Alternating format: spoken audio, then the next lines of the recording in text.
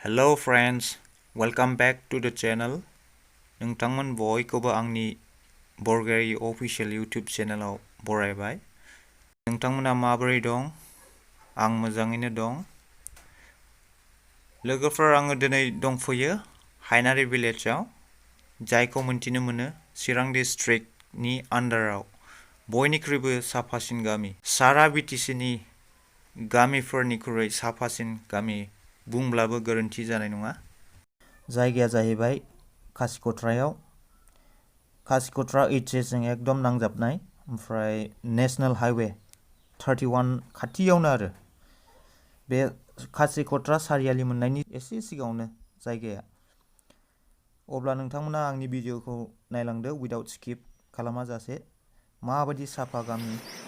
दाना नोंसोरनो गामिखौ एसे टुर खालामना देखायनो र'। एसे साफा नाय। नायदो। बेहाय प्लास्टिक बायदिसिना जेरावबो गारनो मोना दै, बेफोराव गारलांनांगौ नै डास्टबिन खालामनानै दंजोबखायो। ओमफ्राय नै भिलेज जायगाफोरखौ नायदो नै सिबबाय थायो बिसोरो एकदम साफानो नै फुल गायनानै दोनजोबबाय दायो। पुरा साफा। बेफोरबायदि जानांगौ दा गामिफोरा साफा लाखिनाय। नै बेहायबो डास्टबिन, जेरावबो डास्टबिन।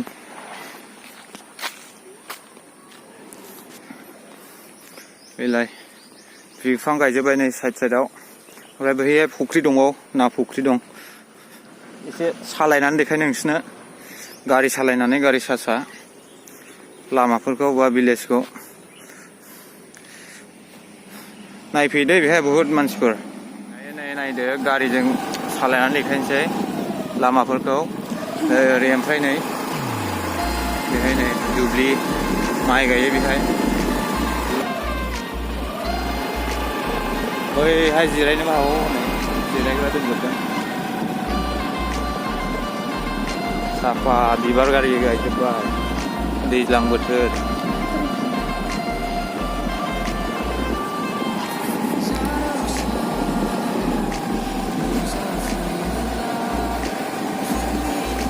मेगनेसा गोसोफ्रा माबायदि नाङो कमेन्ट खालामहर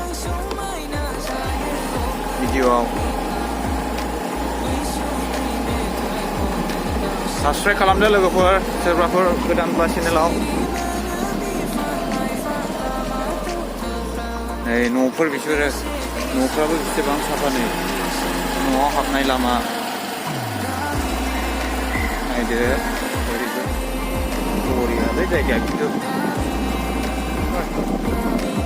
नोंसोरबो फैनानै नायफैदो, गोसोफोरखौ माबायदि मोनो नायफै। ओमफ्राय बे गामिनिफ्राय सोलोंनानै थांदो, गाव गावनि गामिखौ माबायदि साफा साब सिखोन लाखिनांगौ सोलोंहैदो, गामिफ्राव फोरोंहैदो।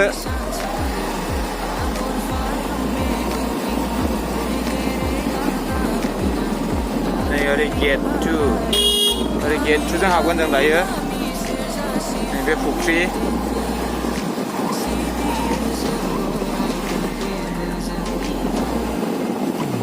मबाइलजों खेबनायफ्रा मावजोबो।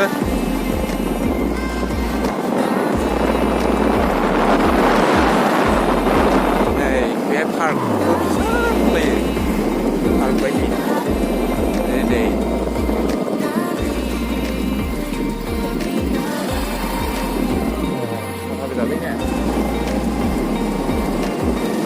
बेखायनोसो मांगोना एवार्ड मोनदों। बे एवार्ड मोननांगौआबो एसेल' नङा, गामिफोरखौ साब सिखोन लाखिनाय। बेफोरखौसो गामि बुङो दा। नै थाइजौफ्राबो, न'फ्राबो नै बेसे समायना बानायो। जिरायग्राफ्राबो नै बेलासिफ्राव आराम जिरायनो हायो बेयाव नै।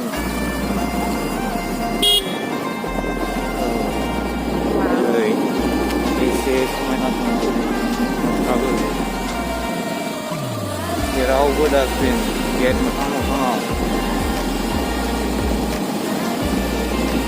थ्र' गार्बेज अनलि इन डास्टबिन, माने डास्टबिननि बाहेरायाव जेरावबो मैलाफोर मैथाफोरखौ गारनो नाङा। नै बेफोराव गारनांगौ आरो।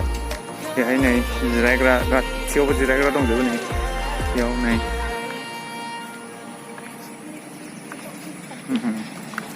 एसे साफा बेफोरखौसो गामि बुङो ड्रन शट होनो मोननांगौलै साला ओइथिं हाबबाय हनै गेट 2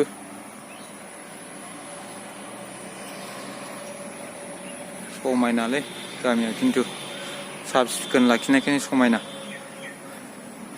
मानिनांगोनलै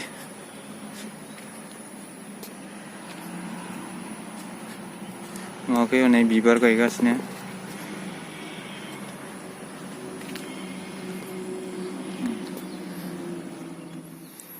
थाइजौ मोनजालायबावबायसो नै बिफांनिफ्राय गोलैना होदों जि गोमोनखानाय ओइ थाइजौ गोजा हनै नै न' बारि बारि थाइजौ गोजा गासैयावबो जानांगौ र' दा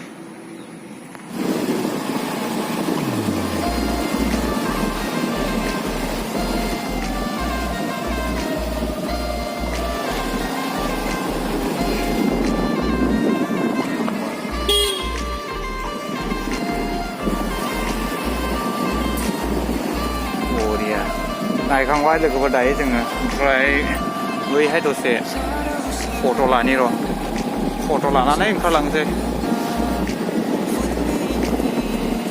भिडिअफोरखौ मोजां मोनदोंब्ला लाइक खालामदो साबस्क्राइब खालामदो कमेन्ट खालामदो शेयार खालामनानै हो जाहाथे बयबो नुसननाय बायदि आरो गाव गावनि गामिखौबो बेबायदिनो साफा लाखिनो हानाय बायदि शेयार खालामना हो बेयाव फुख्रि गोजा नै ना दोनदों गिदिर गिदिरथार दं खोमा जिरायग्रा दंजोबो हनै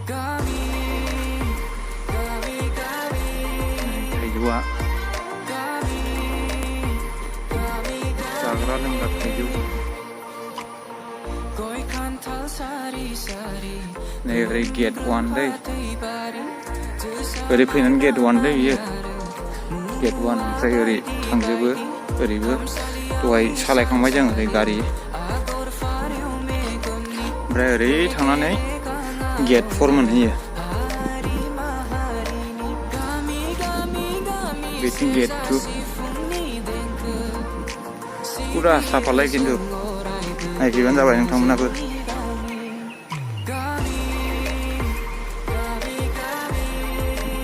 गामिया साफाखायनो नै मावजिफ्राबो माबायदि साफा साफा गुफुर गुफुरनो